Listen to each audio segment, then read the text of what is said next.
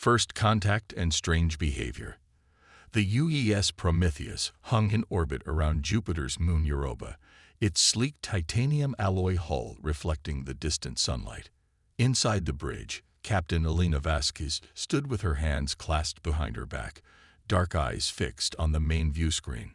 The alien vessel approaching them was unlike anything humans had ever constructed.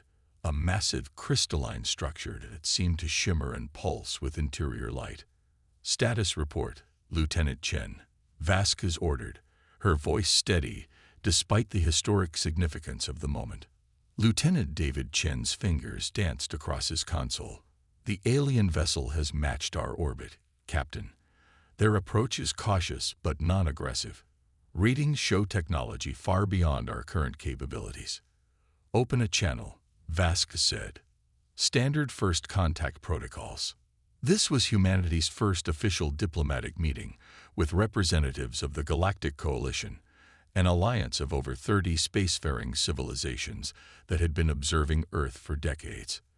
The discovery of faster-than-light travel 5 years ago had finally made humanity eligible for contact. The view screen flickered, and the bridge crew collectively held their breath as the image resolved into a being unlike any they had encountered before. The alien had iridescent, feather-like appendages framing a face with 3 large, liquid eyes arranged in a triangle. Its skin shimmered with subtle color changes, currently a cool blue that reminded Vasquez of Earth's oceans. "Greetings, Captain Vasquez of Earth," the alien spoke, its voice translated through an unseen device. "I am Ambassador Zerla of the Galactic Coalition. We come in peace and with great interest in establishing formal relations with your species." The conversation that followed was cordial, but guarded on both sides. Ambassador Zerla extended an invitation for the Prometheus to dock with their vessel for face-to-face negotiations, which Vasquez accepted after consulting with Earth Command.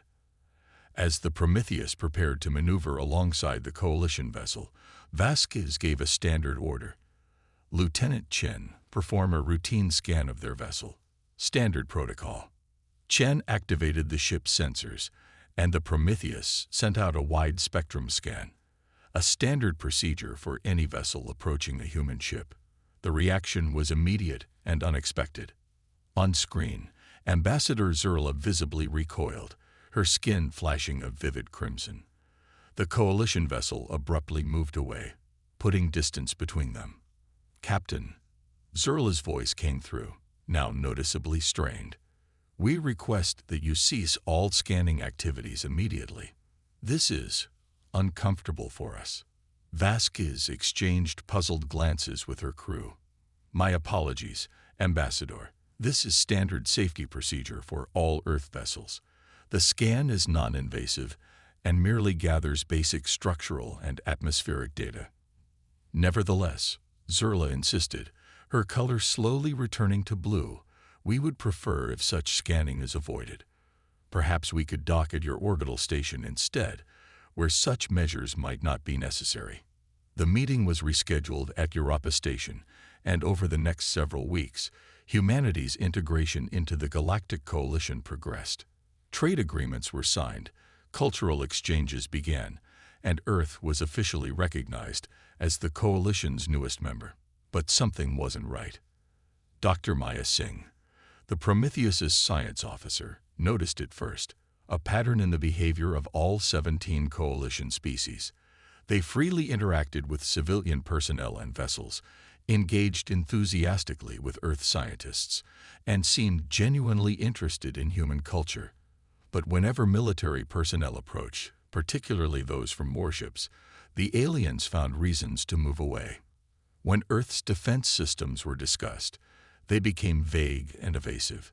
None of them, not one, would go within 50 meters of the docking bay where military vessels were moored, and they absolutely refused to allow any form of scanning of their ships by military vessels, while having no issue with civilian scanning equipment. Singh brought her observations to Captain Vasquez in her private quarters. "It doesn't make sense, Captain," Singh said, pacing in front of Vasquez's desk. "The Coalition has technology that's centuries beyond ours. Their defensive capabilities make our most advanced weapons look like slingshots, yet they act terrified around our military ships. Vasquez leaned forward, fingers steepled. What's your theory, Doctor? I think there's something about our military vessels specifically, or perhaps the people who crew them, that frightens the coalition species. Singh pulled up a holographic display. I've cross-referenced all documented interactions. The avoidance behavior increases with proximity to our quantum navigation computers. Vasquez frowned. Those are only installed in military vessels. Civilian ships still use traditional FTL drives.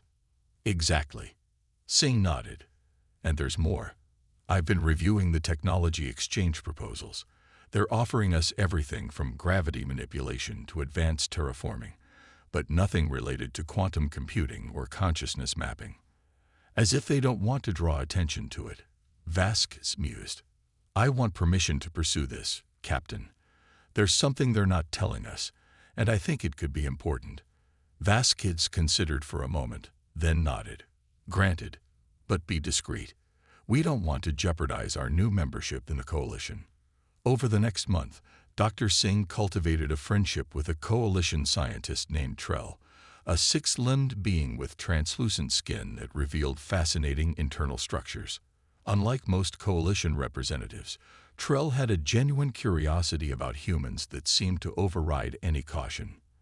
They were working together in Europa Station's laboratory when Singh carefully steered the conversation toward the topic. Trell, I've noticed something odd, she began casually. None of your people ever visit our military vessels. Is there a reason for that? Trell's internal structures pulsed rapidly, a sign of agitation. Singh had learned. Not at all, Trell said too quickly. Simply a matter of diplomatic protocol. And the scanning protocols, why are those an issue? Trell's movements became jerky, uncomfortable. Cultural differences, nothing more. Some species find scanning to be an invasion of privacy. But civilian scans are acceptable. The technology is different. Singh leaned closer. Different how? What is it about our military vessels that concerns your people? Trell's translucent skin clouded momentarily, their equivalent of a blush. I should not be discussing this. Trell, we're allies now. If there's something we're doing that makes your people uncomfortable, we should know about it. The alien scientist was silent for a long moment, internal organs pulsing with conflicting colors. Finally, Trell spoke in a lowered tone. It is not the vessels themselves, Maya. It is what happens when we scan them. Specifically, when our sensors interact with your military personnel through your quantum navigation systems. What happens? Singh pressed. I cannot explain further. Trell's voice became firm. This topic is restricted by Coalition Security Directive 17. Please do not ask again. The conversation ended there, but Singh had her first real clue. Whatever the issue was, it involved the interaction between coalition scanning technology and human minds, somehow connected through the quantum navigation computers unique to Earth's military vessels. When she reported this to Captain Vasquez, the implications were troubling. They're hiding something fundamental about either their technology or our biology, Vasquez concluded. And given how advanced they are, I'm inclined to think it's something about us that concerns them. I agree, Singh nodded. And whatever it is, it's significant enough to make 17 different species, some with virtually nothing in common biologically, share the same fear. Vasquez's next meeting with Ambassador Zerla took on a different tone. After pleasantries were exchanged, the captain addressed the issue directly. Ambassador, there's a matter of some concern I'd like to discuss. We've noticed that coalition representatives seem uncomfortable around our military vessels and personnel. I believe we deserve an explanation. Zerla's color shifted to a deep purple, a hue Vasquez hadn't seen before. Captain, I assure you there is no issue that need concern Earth at this time. Perhaps in a few decades, when your species has had time to acclimate to galactic society. With all due respect, Ambassador, Vasquez interrupted, if there's something about humans that frightens your people, we need to know what it is. Not frightens, Zerla corrected quickly. That would be an overstatement. Then what? What happens when you scan our military ships? The ambassador's three eyes blinked in unison. Captain, this line of questioning is premature. Coalition Security Directive 17 prevents me from discussing certain matters with new member species until they have achieved Category 3 integration status. Earth is currently at Category 1. And how long until we reach Category 3? Approximately 47 of your Earth years, assuming normal cultural integration.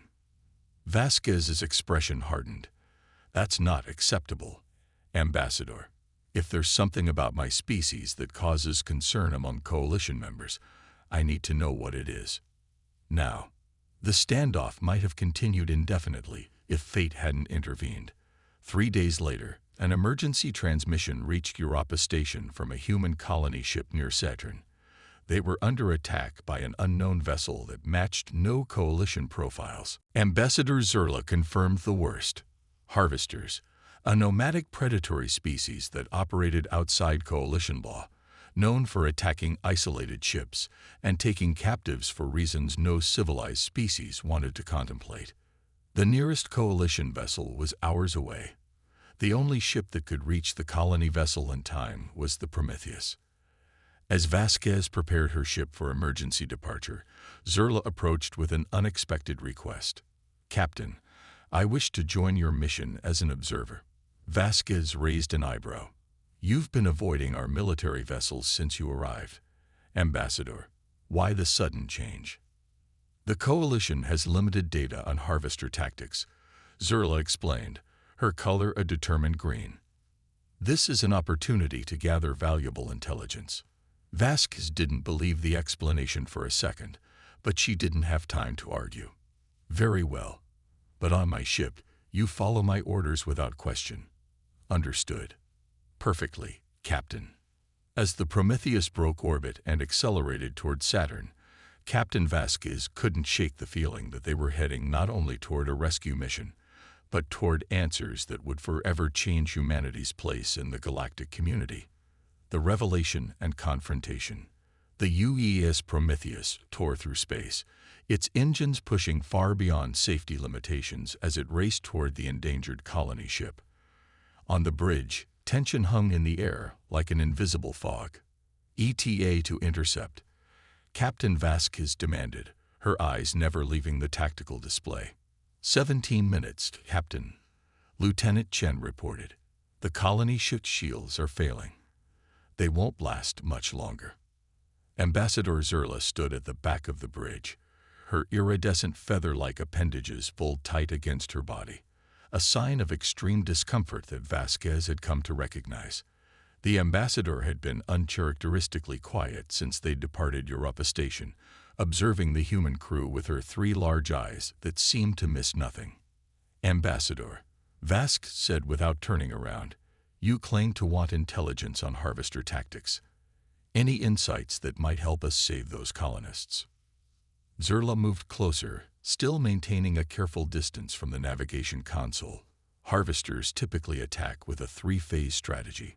First, they disable propulsion systems. Then communications. Finally, they breach the hull and extract captives. Extraction is underway, Chen announced grimly. Sensors show multiple boarding pods attached to the colony ship. Vasquez's jaw tightened. Weapons status. All systems online and ready, Captain. Battle stations. Prepare for offensive pattern Delta upon arrival.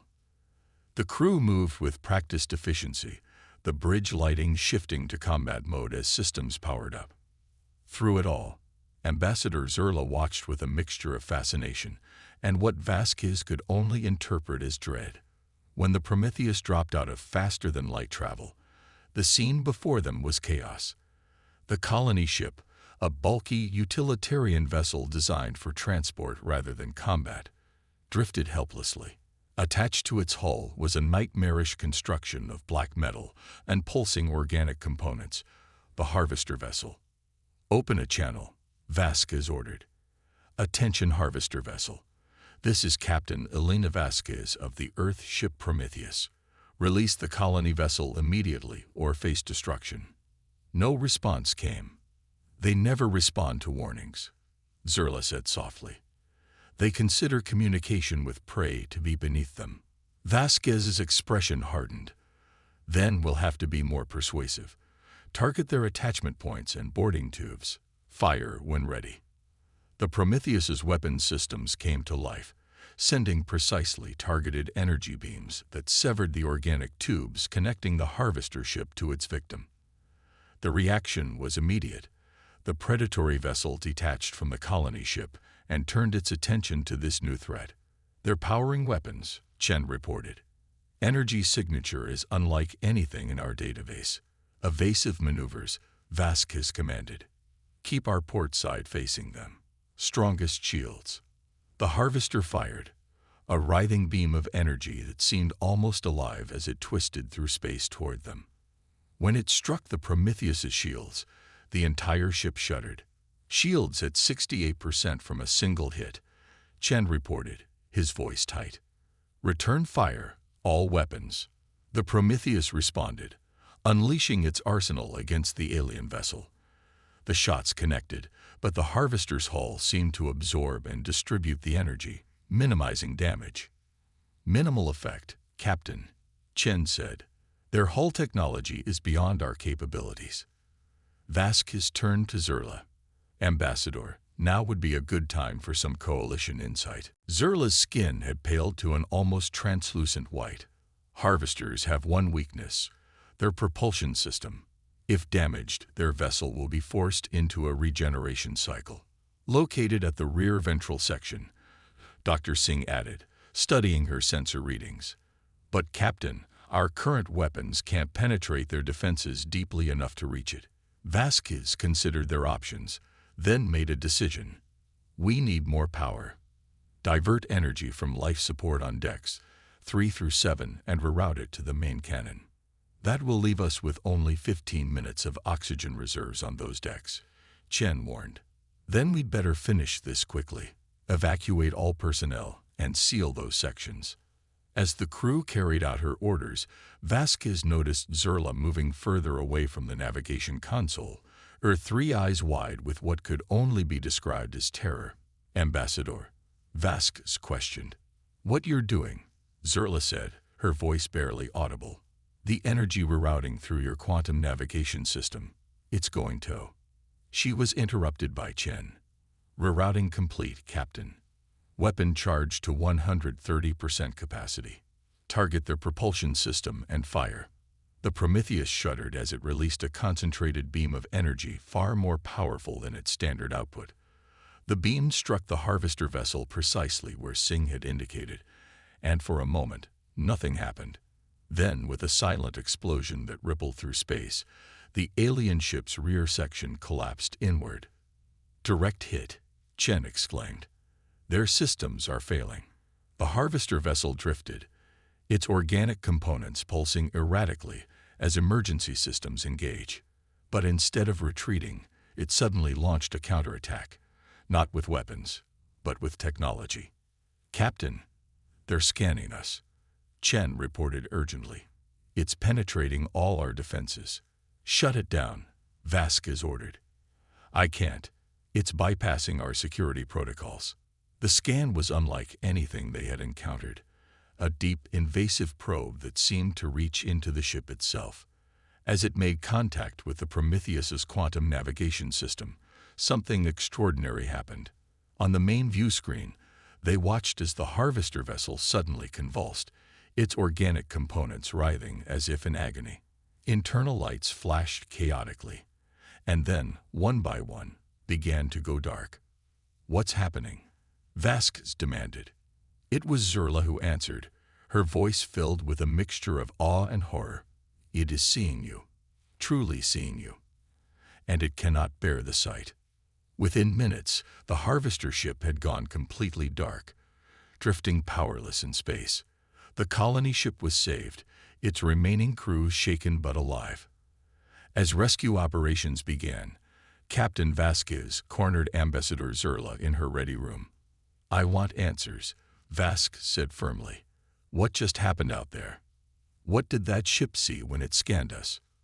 Zerla seemed resigned, her color a somber gray. I suppose you've earned the truth, Captain. What happened today is precisely why coalition species avoid scanning human military vessels. Explain. When our scanning technology interacts with human minds, especially those connected through your quantum navigation systems, we see something that terrifies most sentient species. Zerla paused, gathering herself. We see your consciousness. Vasquez frowned. You can see our thoughts. Not thoughts.